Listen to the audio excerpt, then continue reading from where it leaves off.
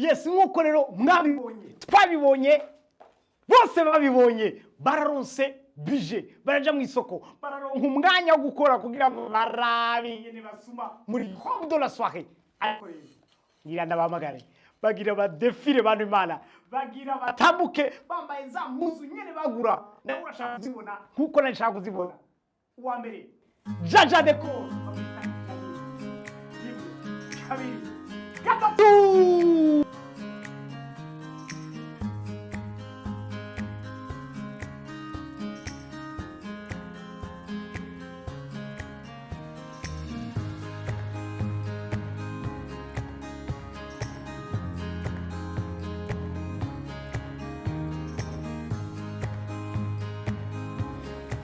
Elle est belle, en thème. Juste wow. Bon, sa robe est belle parce que ça va avec le thème du jour. Je la trouve bonne. Donc, c'est bon. C'est pas ça pour moi. Pour moi, elle a respecté le thème du jour. Bivanye n'ikanzu yambaye hama icya kabiri araberewe agakosa gatonya nabonye genre bivanye n'ikirato. Je sais pas si ko ari kanzu ari ndende mais ça sera mieux yo tubona ikirato bien ukacerekana neza, mais sinon c'est bon.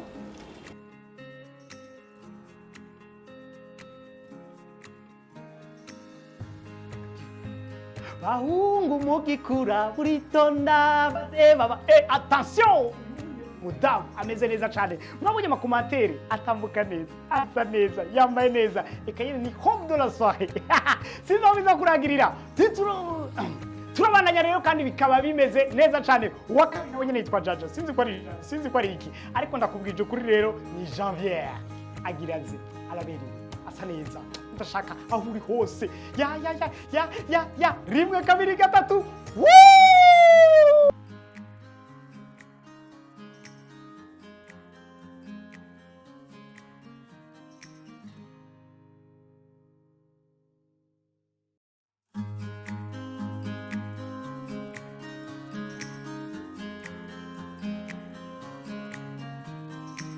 Uraberewe cambere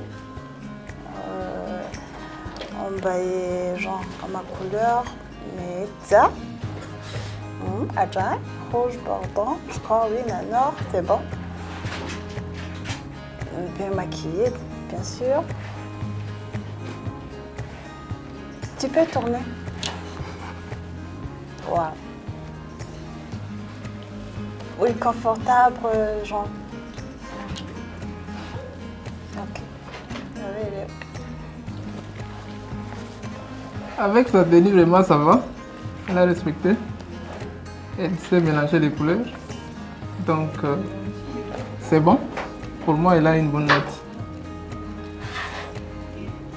Kuri jewe nanje wa respecter thème. Oui, sexy.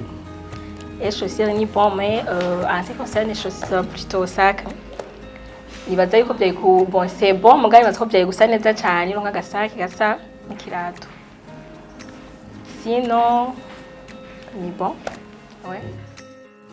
Yes, nkuko nari babwiye uko twatahuye siko bibandanya kuko urabona neza yuko harimo kameme na Jirika batangwe kuvuga ati umviriza ibintu bya mélange ibintu byo gusa neza ibintu bya sexy ndakubwije kuri ntando zo bisanga atari uniragiraze bantu bimana undagiraze nakana kakiri gato akana nyene urabona neza ko kegeranye ariko ingene kameze ndabigutunga 1 2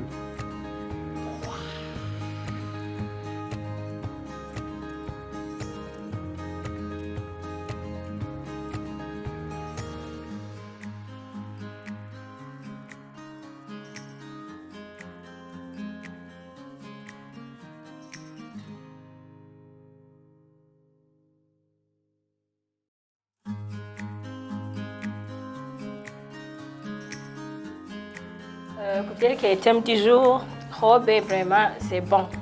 Hama ku byerekeye ikirato nukuri le pire d'autre nuko bacambara noir. genre nibaza yuko pour moi iyo wambara ikirato kiri genre iyindi couleur tari noir nasaka ngo wambara noir nyene bon nico sino akarobe kari kakubereye.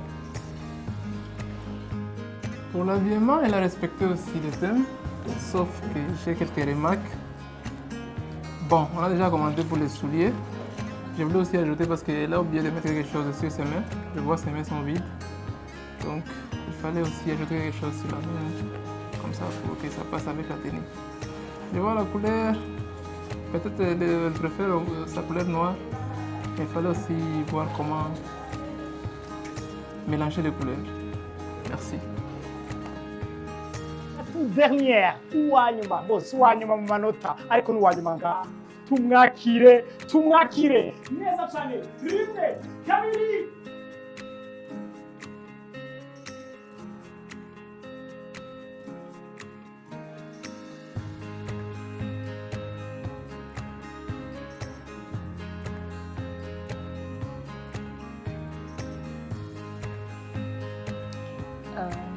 Kubyerekeye thème du jour, elle a respecté hama chaussures ni bon mugabo kubyerekeye écharpe ngaha sinoza ko ari nécessaire kuyishirako iyo wambara nk'aka chemise ça sera mieux sinon uraberewe.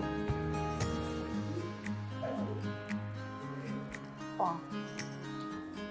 Uraberewe nk'uko babifite.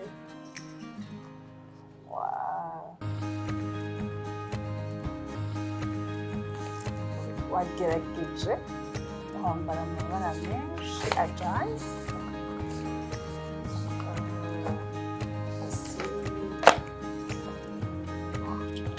hano ku maboko ngo uragaragara cyane eko wambaye ikabuye ariko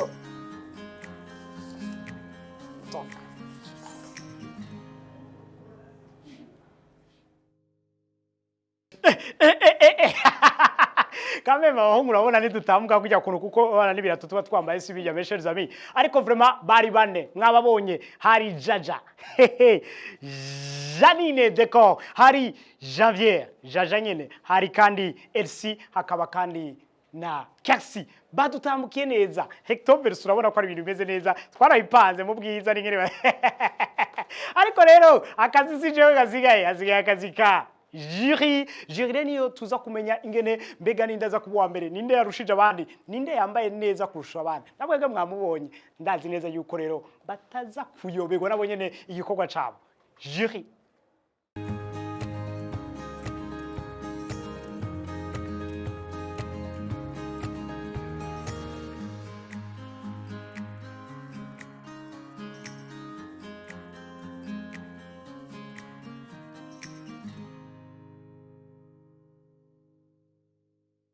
Ladies and gentlemen, let's talk about boy. Ivyo uravyumva neza yuko tugira amahoro ya Kristo nkuko rero muyibona tukaba twatoye uwarushije abandi mbega warushije mu biki amakuru y'Ikirundi akabaheza umviriza nenda babwize kuri rero ni ibintu bimeze neza cyane iyi ni finale waho twari dutegereje babandi badefira nganda bibutse neza yuko hatanguye Jaja wo bita Janine hama hasubira Janvier n'ibintu bya Jare Jean Bobodege hanyuma rero hasubira Elsie hanyuma hakurikira Kersi ariko none ubunye ko mbona umengo vyahindaguritse bana Imana imitima ngo gitekana tugira tubarongoze bana Imana ibintu bimeze neza cyane kubera ntitwari guhereza nganyene kameme uravyumva neza yuko rero jury imaze kuraba ingene batambutse ingene bambaye kukura bizi neza yuko turi muri robe de la soirée naho ntambaye robe kameme uravyumva neza yuko la pas de location bimeze neza cyane nuko rero uwabaye uwa mbere ubwo batagize igihe bagira aba ex muzima ubu barabufise mu mwanya ndagara kumenyesha yuko rero uwabaye uwa mbere akaba mboreka mere kwa kane kameme uwabaye uwa kane ni ryambere bishikiye nanje aho ngira ntanga amanota abigisha mwanyigishije mwarakoze cyane mwarampaye amanota kandi byari bimeze neza cyane kuko nari nciye ubwenge nta wivuga ariko ndivuze nari nciye ubwenge ariko nane ngira ntanga amanota kuri bano bigeme bane bameze neza cyane basa neza cyane uwabaye rero uwa kane pour ne pas dire uwabaye uwa nyuma mugabo nta wa nyuma kameme uko abana bose bari baberewe bari basa neza cyane kameme batugira ibintu vyari splendide nuko rero uwa kane akaba mbore kamere kuwa gatatu kugira ngo bishobora neza ndashobora guhera no kuwa kabiri ni jewe mfise micro nuko rero uwa gatatu akaba ndasavye kameme vos applaudissements mucha mukomera amashi menshi cyane uwa gatatu akaba ari Jaja Deko Jarine arize nk'uwabaye uwa mbere bantu b'Imana bino bintu ni realite ndakubwije kuri vraiment ni bimeze neza cyane uwabaye navuze uwabaye uwa gatatu uwabaye uwa kabiri akaba ari uwitwa Kasi ndabibutse neza ko yatambutse ubugira kane akaba afise amanota 6.75 ku 10 hanyuma uwa gatatu Janine akaba afise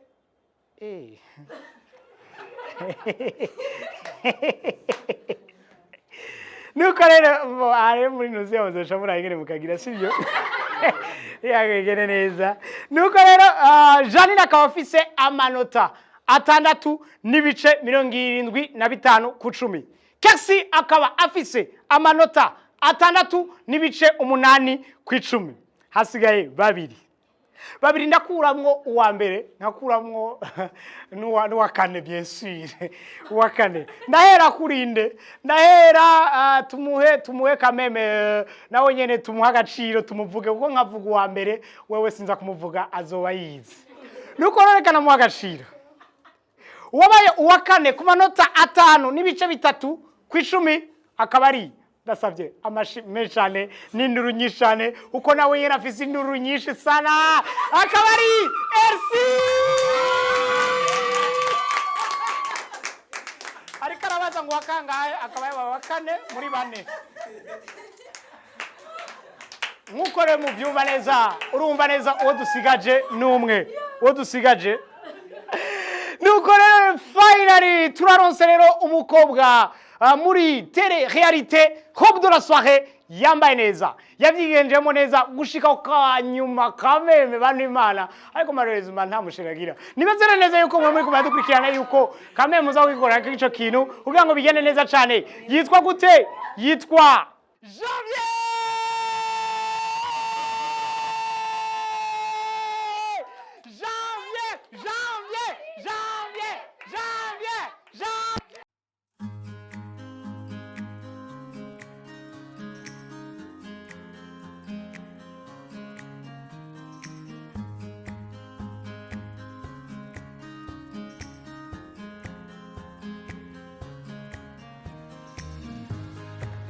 Yes, nkuko rero mubibona yamaze gushika Janvier bagira bamuhe agashimwe kiwe kibahasha rimeze neza cyane sinzi ko ari ruwaye bamuhaye yimeze angahe ariko amashi menshi cyane kameme bikaba bimeze neza cyane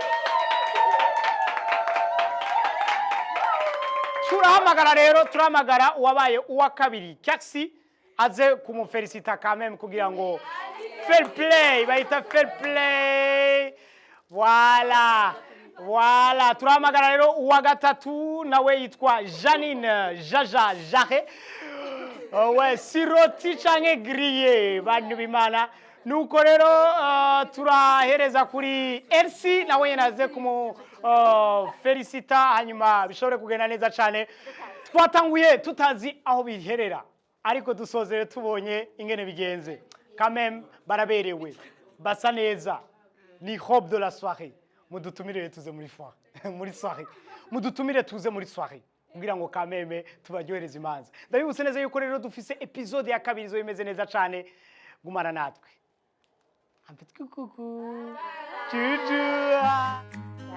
vraiment nanje abandi nicaye mu kibanza cya jury nari kumuha amanota meza yaraberewe bon kuri Hope ndavuga kuri Hope gusa Hope vraiment yari mufitinze yaraberewe yasa neza cyane bon d'abord competition ni competition nyene igihe cyose ubuzi ko urashobora gutsinda cyangwa urashobora kuba uwa mbere cyangwa ntuba uwa mbere.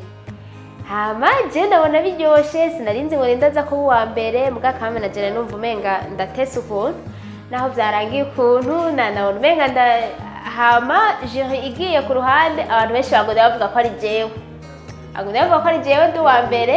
Bon sinzi rero icyo jury yarabiyeko nagoda iribatsa ko ari jewe ushaka kuba uwa mbere mugabo numvise abandi bavuze mugabo osi nkaguma nizera yuko yari competition hama na jury twari tuyizeye vraiment ubiravye yakoze uko ishoboye kose kwa twese twatuberewe muri rusange. Hama ndangize shimira Fresh Studio yatunganije rino higanwa riraryoshe riratesa haba biryoshe muguma mutwenga n'abandi bose muzoze. Bye bye. C'était pas du tout facile, concurrente elle est très forte. Bari baberewe, Janine elle avait une robe, mon Dieu, yari irenze, yari kandi nziza cyane. Bon, ego vraiment, byari byoroshye muga quand même urashima nyene ego c'est tout ce qu'on va mbere ego muga byari biryoshye nsibyo namize ego byari biryoshye cyane. Juri yitwaye neza batoye uwa mbere muga siko twari tubyiteze. Umwanya Janine igihe yaza yambaye robe ya vert yaboneka neza esprit yanje deja yari yamaze kuvuga ati oh ni wowe wa mbere muga dikuca tubona umugenzi wanje Jaja niwe yabaye wa mbere wundi wa Madrid bari baberewe sana. By the way nabaye cyanyuma